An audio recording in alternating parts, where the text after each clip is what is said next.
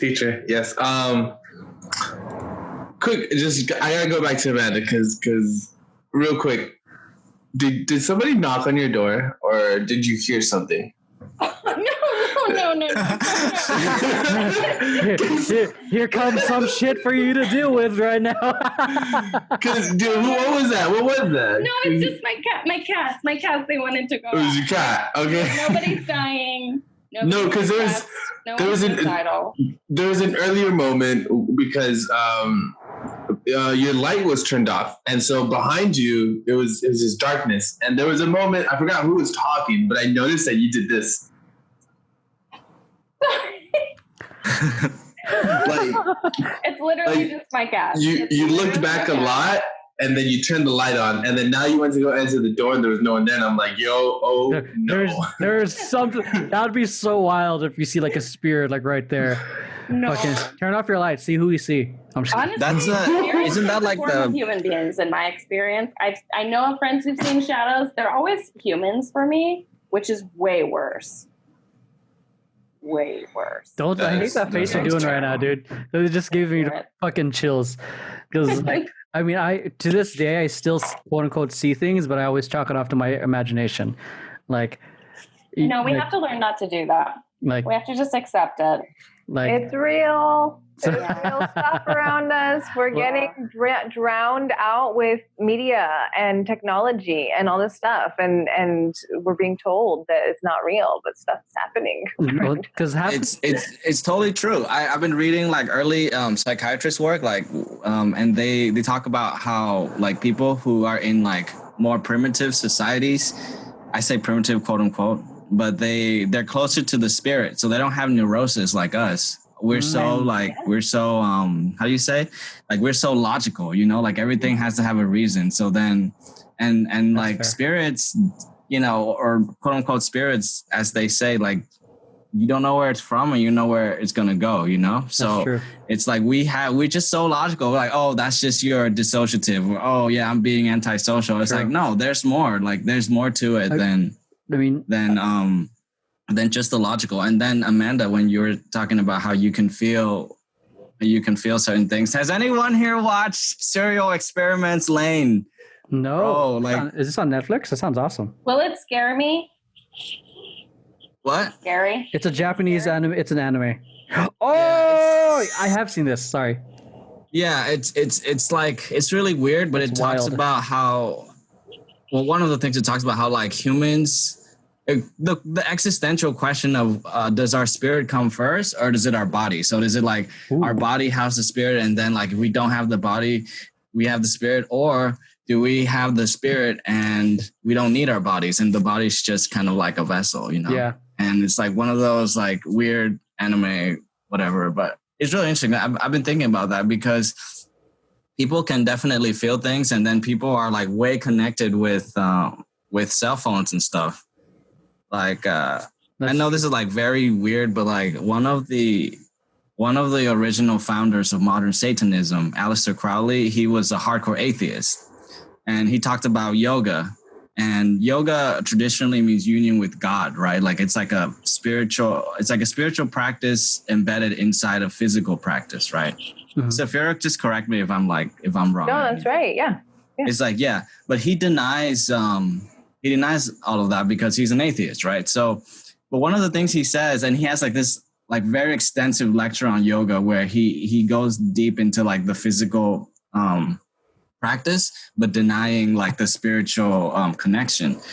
But like, it's interesting because one of the things he says is like, don't do yoga with a transmitter in the room, like a radio or a phone or something. And I'm like, why? Like, if you're such like a hardcore logician and you know, you don't believe in the spirit world or whatever, why would you say like very specific things like that? And I don't know. And it's just like weird to me that everyone's on this, right? Or watching TV. So if everyone's, back in the day, people used to gather like in masses, like 200, 300, and we would pray, right? Or we would send our intentions. We would unite to send our intention, right? Our mental or spiritual intention towards the universe. Mm-hmm. We don't have that.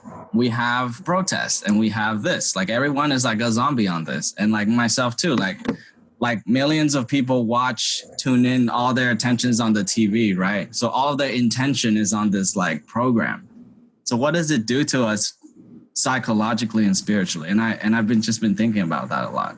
And just me being around so much dead technology, you know, because like the fucking black cube, the TV, and then this, and everyone posting black squares on the Instagram. And I'm just like, what does that mean?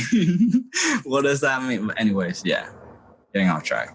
No, I mean, we've gotten so far away from nature, and that's the balance of masculine, feminine, like the masculine energy of going into logic and reason and authoritarianism and putting things into boxes and categories.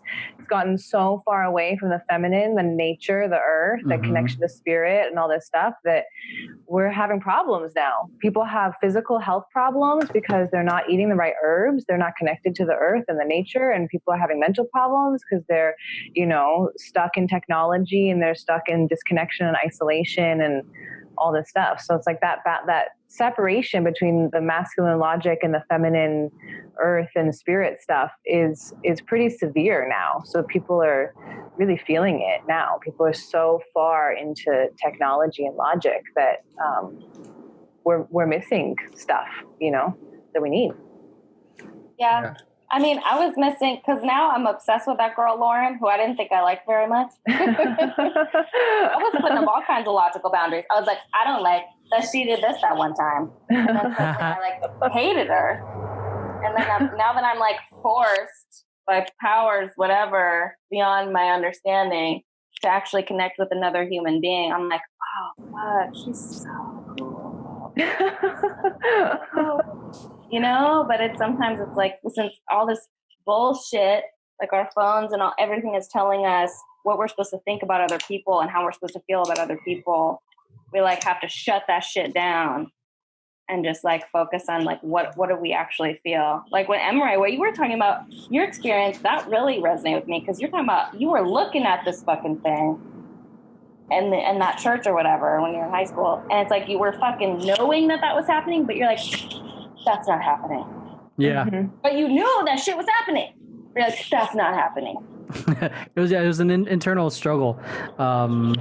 Yeah, I mean, I still go through it like right now, because I sometimes wake up to images that I know were not influenced, you know, in their dreams. You know, like they're technically some people, like your dreams are influences of what happened through the day, all this stuff based off the information you can consume.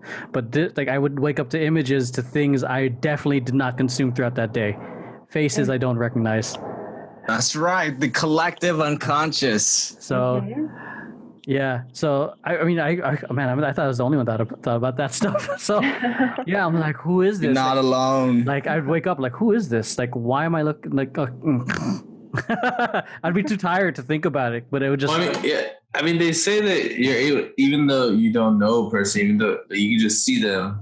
I mean, you met them someplace. You can't really dream about a person you haven't met or you haven't seen. You know, so these people that you dream about, because I've had those dreams for some reason there's a random person within my adventures, within my life, and it's like, who the fuck was this person that was just chilling with us?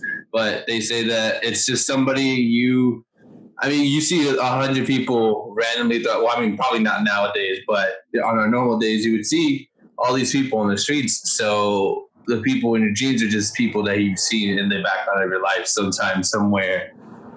I mean, I see you in my dreams all the time, Diego. So. What am I wearing? We're wearing our Dauntless armor, going through fighting behemoths. Yes. We play this game called Dauntless for everyone, just to give you guys context. We play this game called Dauntless, and we fight monsters, and we have cool armor. And his son is very good at it. And my son is the one that leads the pack, because he is probably the best player out of the three of us. He's had to save me and Diego multiple times from danger. Great times.